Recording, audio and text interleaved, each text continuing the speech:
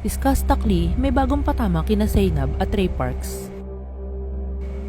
Inulan ng reaksyon ang patama na post na ito ni Disgustingly.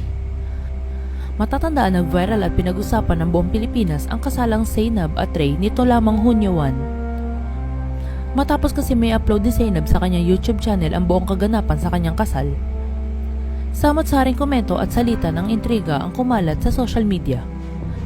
Maging ang ina ni Zainab ay kine-question ng netizens at ang cake na nachismis na nagkakahalaga ito ng 2 million pesos na itinanggi rin ni Zainab at sinabing 120,000 lamang ito.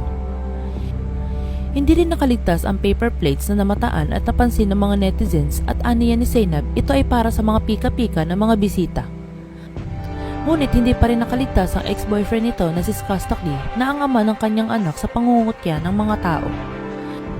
Dahil dinadawit at binabanggit pa rin ng netizens at bashers ni Skasta ang kanyang pangalan kaugnay sa kasalang ito.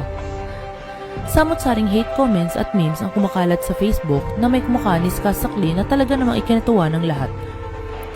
Samantala, mapapansin tahimik at walang komento si Skasta tungkol sa kasal ni Zainab at Ray na nobya niya noon. Ngunit sa walang katapusan na pagbanggit ng kanyang pangalan hanggang ngayon patungkol sa kasal ay tila rumesbak na ito.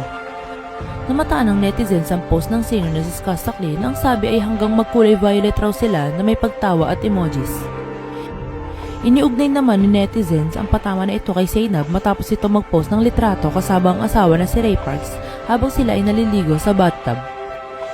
Hindi matukoy ng marami kung ang post na ito ay tungkol sa larawang ipinost ni Zainab o patama niya ito sa mga taong hindi siya tinitigilan sa pangaasar at pangungutya.